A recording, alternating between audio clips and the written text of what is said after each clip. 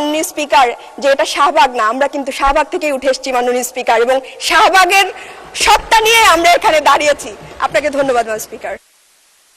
অসংখ্য ধন্যবাদ আপনাকে। শাহবাগের সত্তা সবকিছু আমাদের ঠিক থাকতে হবে, বাট নরমটা রাখতে হবে পার্লামেন্টের। অসংখ্য ধন্যবাদ। মাহমুদ আলম মিতু, আপনার সময় 5 মিনিট। ধন্যবাদ। আলহামদুলিল্লাহ।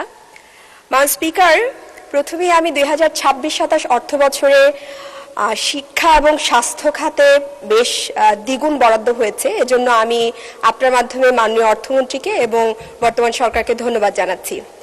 মাননীয় স্পিকার, সরকার দলের সাংসদরা প্রায়ই বাজেট অনেক বড় বলে উচ্ছ্বাস প্রকাশ করে, তো আমি একটু বলে যেতে চাই যে মুদ্রাস্ফীতি তুলনায় কিন্তু এই বাজেট যথেষ্ট বড় নয়।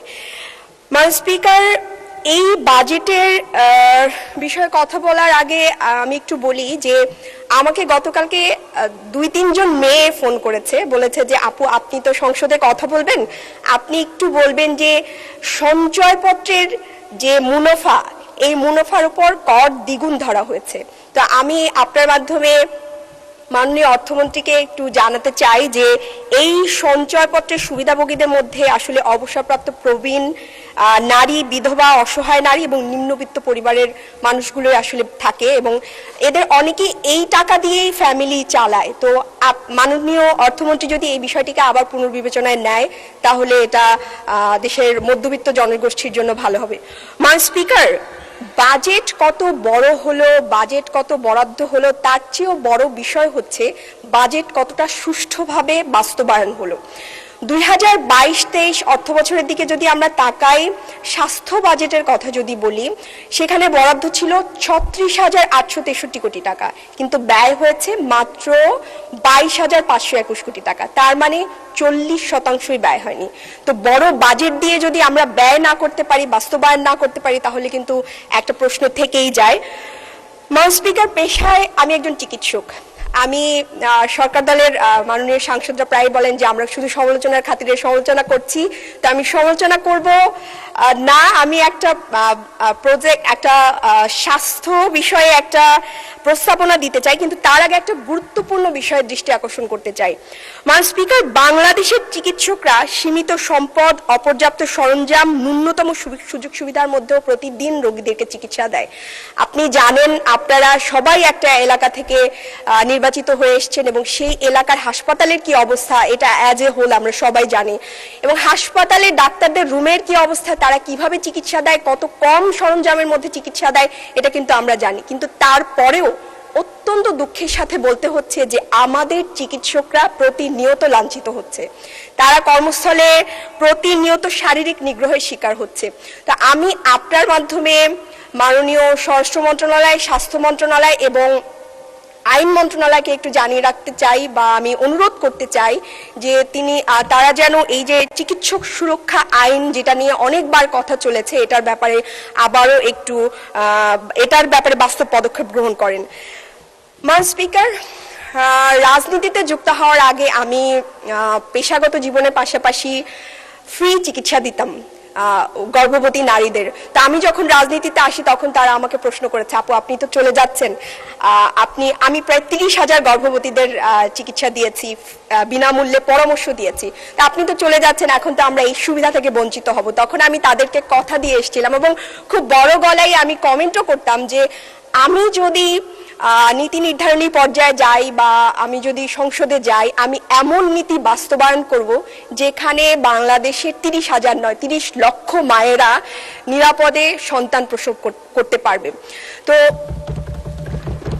মাননীয় স্পিকার, অত্যন্ত দুঃখের সাথে জানাতে হয়, খুব আবেগীয় বিষয় আমাদের নারীদের জন্য, বাংলাদেশে প্রতি বছর 3.5 থেকে 4,000 নারী সন্তান প্রসব করতে গিয়ে মারা যায়। এর চেয়ে দুঃখজনক একটা দেশের জন্য কিছু হতে পারে না মাননীয় স্পিকার। মাননীয় স্পিকার, এই মারা যাওয়ার পিছনে একটা কিছু কারণ রয়েছে, তার মধ্যে দেখা যায় যে WHO যে নিয়ম, সে অনুযায়ী একজন নারীকে 8 বার অ্যান্টিনেটাল চেক আপ করার কথা, বাংলাদেশে মাত্র 5% নারী 8 বার চেক আপ নেয়, এবং 4 বার হলেও আমরা স্ট্যান্ডার্ড বলি বা ধরে নেই যে ওকে, সে 58% নারী এই 4 বারও নেয় না। এতে কি হয়? দুর্বল মানব সম্পদ তৈরি হয়। এই যে হামে এতগুলো শিশু মারা গেল, এদের সাথে কিন্তু যে গর্ভ অবস্থায় একটা অপুষ্টির একটা সম্পর্ক মাননীয় স্পিকার থেকে যায়। তো আমি আপনার মাধ্যমে আমি বরাবরই বলেছিলাম যে আমি এমন স্বাস্থ্যনীতি চাই যেই স্বাস্থ্যনীতিতে একজন মা যখন প্রসব বেদনায় কাঁদবে, রাষ্ট্র তার হাত ধরবে, এবং পার্শ্ববর্তী দেশ শ্রীলঙ্কা এই কাজটা করে। শ্রীলঙ্কা মাতৃমৃত্যুর হারকে ঈর্ষণীয় পর্যায়ে কমিয়ে এনেছে। সেই শ্রীলঙ্কার কাছাকাছি আমি একটা মাননীয় সদস্য, আপনার সময় শেষ, আমি আপনাকে আরো 3 মিনিট বাড়িয়ে দিলাম। স্পিকার, এই মহিলা সাংসদ হিসেবে সংরক্ষিত আমরা কিন্তু এখানকার সবচেয়ে আদরের। 3 মিনিটের জায়গায় আমি চাইলে আরেক মিনিট আপনি আপনার পক্ষ থেকে দিতে পারেন স্পিকার।